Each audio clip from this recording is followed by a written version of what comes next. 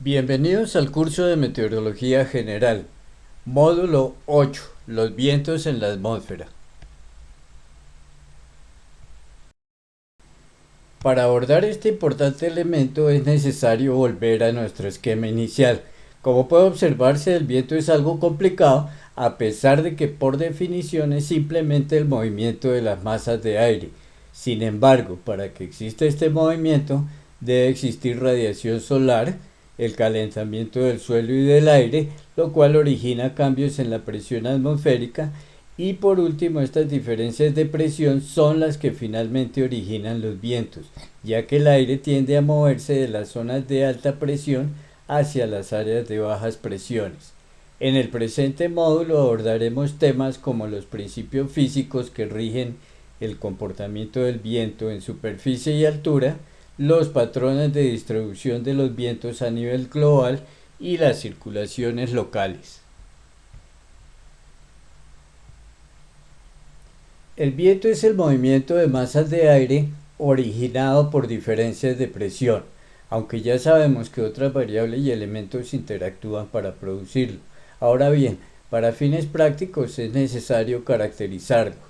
Las dos magnitudes por las cuales se caracteriza el viento son la dirección y la velocidad. La dirección corresponde al rumbo desde el cual sopla el viento. Generalmente se habla de 16 direcciones. Un viento de dirección norte es aquel que sopla desde el norte. La velocidad se mide en kilómetros por hora o en metros por segundo. Y para ciertas aplicaciones se utiliza la denominada escala Beaufort, según la cual a cada rango de velocidades corresponde un efecto, bien sea sobre el mar o sobre objetos en tierra. De esta forma, por ejemplo, un viento de escala 10, o sea 76 kilómetros por hora según este cuadrito, es capaz de arrancar arbustos. La dirección se estima por medio de la veleta y la velocidad por un anemógrafo, generalmente adosado en una vara ubicada a 10 metros de altura. De acuerdo con la escala espacial, los vientos pueden ser planetarios, locales o estacionales. Primero los vamos a enumerar y luego los describiremos en detalle. Los vientos planetarios son los de mayor escala espacial. En la franja tropical existe una circulación dominante del noreste y sureste según el hemisferio de referencia. A esta circulación se le da el nombre de vientos alisios. Alisios del noreste en el hemisferio norte y del sureste en el hemisferio sur. Esta dirección es en superficie. En las capas altas la dirección es opuesta, de tal forma que si examinamos estos flujos en tres direcciones, tendremos lo que se denominan las células de Hadley, las cuales describiremos en diapositivas posteriores. En latitudes medias los vientos son predominantemente del oeste y en altura circulan formando las denominadas células de Ferrer. En latitudes altas los vientos son del este y forman las llamadas células polares. En segundo lugar están los llamados vientos locales. Son de escala regional y se forman solo bajo el efecto de determinadas características fisiográficas. En cercanías a los litorales, en el caso de las brisas de mar y tierra, o en valles circundados de montañas, en el caso de las circulaciones montaña-valle. En tercer lugar existen los vientos estacionales, los cuales aparecen o tienen mayor incidencia en dependencia de la época del año. Como ejemplos clásicos están el conocido monzón de la India, la zona de convergencia intertropical y las ondas tropicales. Analizaremos la influencia de cada una de estas circulaciones en el clima.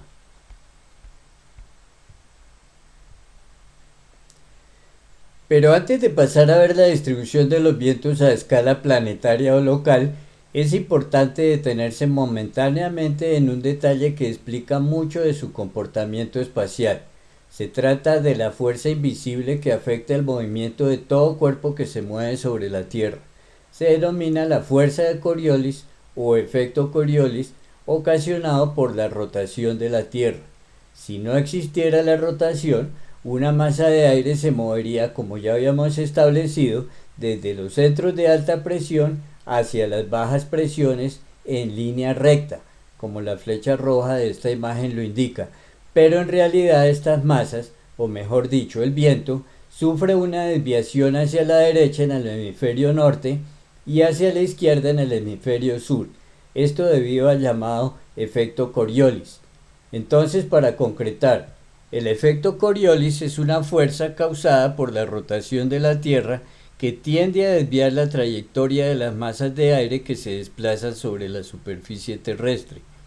Esta fuerza hace que el aire se desvíe a la derecha en el hemisferio norte y a la izquierda en el hemisferio sur.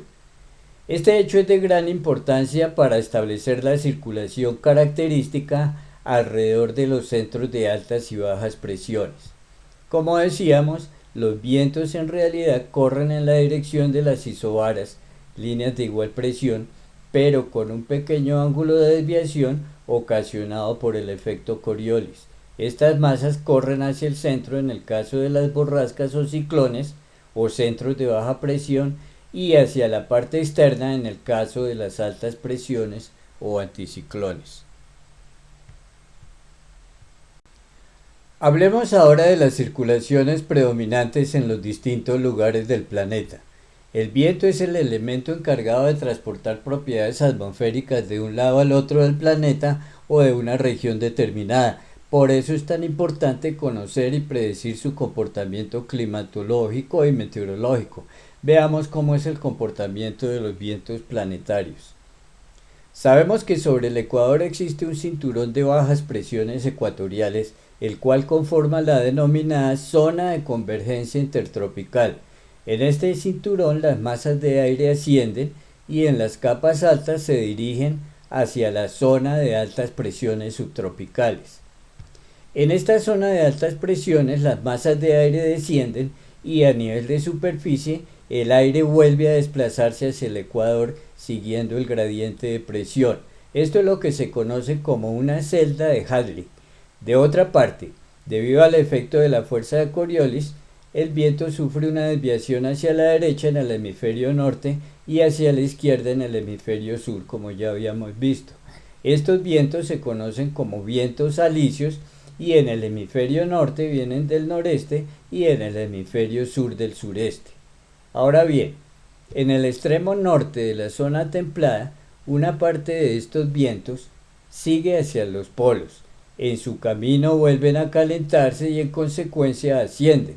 Una vez en el límite de la troposfera, vuelve hacia el cinturón subtropical de altas presiones.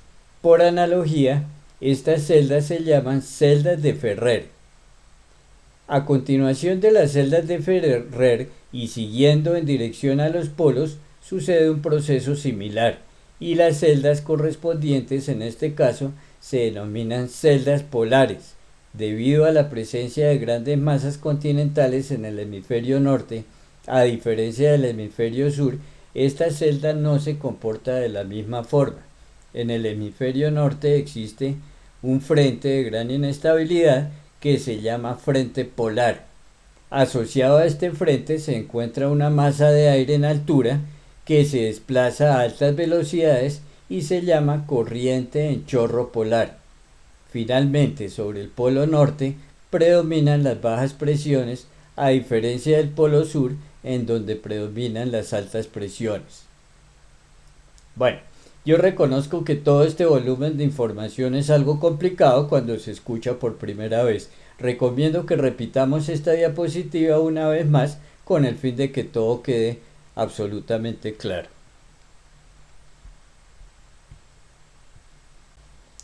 En esta diapositiva veremos unos cortes transversales que clarificarán completamente el tema de los flujos dentro de las celdas. En esta imagen se aprecia la franja tropical hasta los 30 grados de latitud norte. La zona de convergencia intertropical se ubica sobre el ecuador geográfico.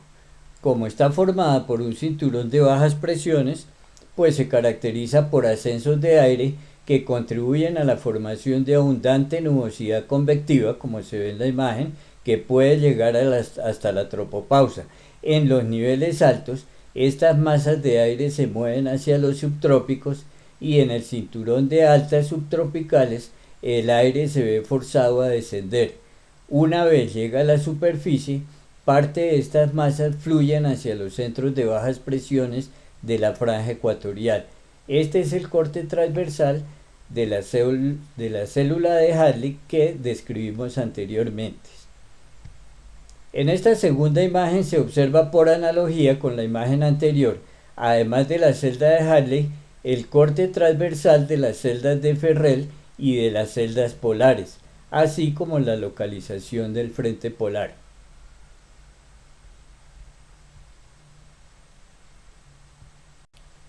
Ahora bien, a nivel local, es normal que el clima sea afectado por ciertas circulaciones, las cuales son producto de singularidades en la fisiografía o características geográficas de una región en particular, pero estas circulaciones afectan regiones de menor extensión territorial que los vientos planetarios. Por ejemplo, en localidades ubicadas sobre el litoral o en sus cercanías, es común que predominen las llamadas brisas de mar y tierra. El origen de estas brisas es la capacidad de calentamiento de la tierra con respecto al mar.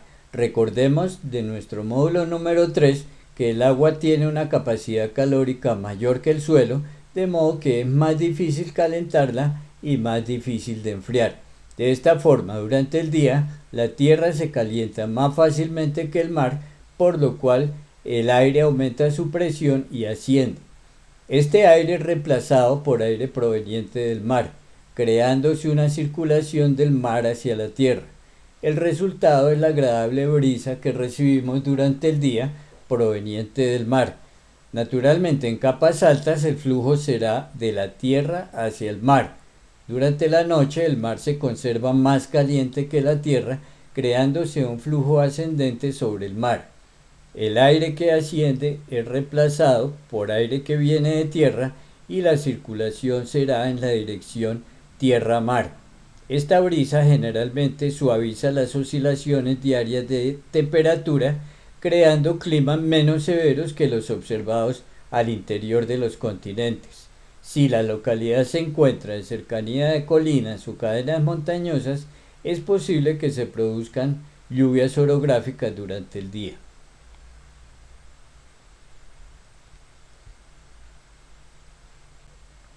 Un segundo tipo de circulación local es la generada en países o regiones con presencia de valles flanqueados por cadenas de montañas. Es lo que se denominan brisas de valle o brisas de montaña. ¿Cómo se originan? Durante el día los rayos solares inciden desigualmente sobre las laderas montañosas y sobre el valle, por lo cual las laderas se calientan más rápidamente que el fondo de los valles. El aire asciende sobre la superficie más caliente y este aire es reemplazado por aire proveniente del valle, el cual se encuentra más frío. Por el contrario, en la noche se produce el enfriamiento rápido de las laderas en comparación con el fondo del valle y el viento será de sentido contrario. La circulación diurna se denomina brisa anabática y la nocturna brisa catabática. Las brisas anabáticas pueden producir formación de nubes de tormenta y eventualmente generan días lluviosos. Las brisas catabáticas son importantes en agricultura, ya que ocasiona acumulaciones de aire frío en el fondo de los valles y bajo ciertas condiciones origina noches muy frías que pueden ser perjudiciales para los cultivos, ya que pueden dar lugar al fenómeno de la helada meteorológica. Los vientos estacionales, como su nombre lo indica, son vientos que cambian de dirección en dependencia de la época del año. Reciben el nombre genérico de monzones debido tal vez a que su ejemplo más característico es el denominado monzón de la India. Para ilustrar el concepto de estos vientos, nada mejor que recordar el mapa de la distribución geográfica de los núcleos de altas y bajas presiones en el planeta. Observemos atentamente el punto 1 en los mapas. En el invierno, el hemisferio norte, el continente asiático es dominado por la alta siberiana, por lo cual la India recibe aire frío y seco proveniente del continente. Este aire origina un clima predominantemente seco. En verano, en el mapa inferior, por el contrario, se forma una baja en el continente y el aire fluye desde el océano. Por lo tanto, son masas de aire cargadas de humedad que al penetrar en la India generan copiosas precipitaciones. Igual sucede en Norteamérica. Ahora observemos el punto 2. La alta californiana en invierno es reemplazada por una baja en verano, generando un marcado contraste en el clima de estas dos épocas del año. Por último, observemos los puntos 3 y 4. En estos se destacan algunas características del movimiento interanual de la zona de confluencia intertropical, la cual origina también apreciables diferencias de clima en regiones como el oriente de Colombia y el subsahara africano, si comparamos los mapas del verano con los mapas del invierno.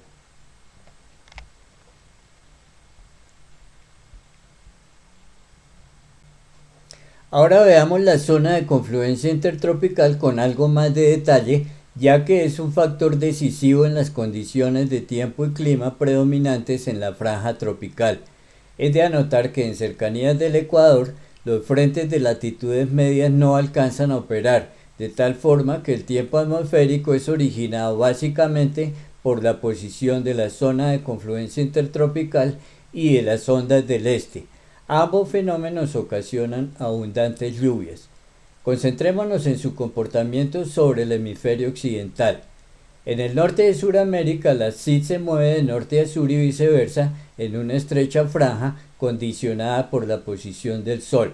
Es de anotar que la confluencia generalmente presenta dos ramas, la oriental y la occidental, las cuales se mueven independientemente. Presentan una interrupción al sur de Centroamérica. La confluencia en enero se sitúa sobre el sur de Colombia y buena parte del centro de Brasil, y las lluvias dominan estos sectores. De enero a julio, la SID se mueve hacia el norte llevando las lluvias a su paso. En julio, durante su posición extrema, se sitúa al norte de Venezuela y Colombia en su rama oriental y al sur de México en su rama occidental. En esta imagen de satélite se aprecia muy bien las manchas nubosas correspondientes a las dos ramas de la zona de confluencia intertropical.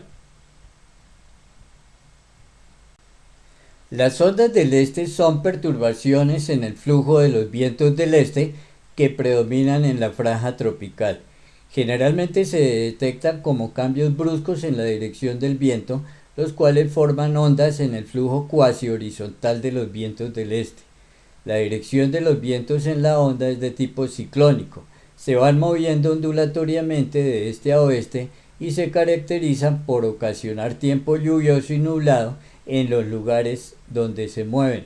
Estas perturbaciones, bajo ciertas condiciones térmicas del océano, pueden llegar a evolucionar como ciclones tropicales. Son estacionales, se activan en mayo y desaparecen hacia el mes de noviembre. Su frecuencia es de aproximadamente cada 5 a 7 días. Su duración media es de 3 a 4 días. Además, aunque solo un número reducido de ellas se intensifica, una gran parte de los huracanes tienen su origen en ellas. Tienen espesores de 6 a 8 kilómetros en promedio, unos 2.000 kilómetros de longitud, y se desplazan a velocidades de 15 a 30 kilómetros por hora. La mayoría están precedidas por la caída de valores de presión atmosférica con pocas nubes, sin lluvias ni nieblas. La nubosidad se incrementa a medida que se aproxima el eje de la onda y luego comienzan a observarse núcleos con nubosidad de altura media y alta y algunos chubascos. El viento cambia de dirección del norte al este. La temperatura no sufre mayores cambios o pasa a ser ligeramente más alta. A la derecha del eje el viento gira del este al sureste acompañado de tormentas, sube la presión y aumenta el contenido de humedad de la masa de aire. Una vez que la onda en su avance hacia el oeste ha cruzado sobre determinado lugar y se aleja del mismo, las condiciones del tiempo se normalizan y se imponen nuevamente los vientos alisios.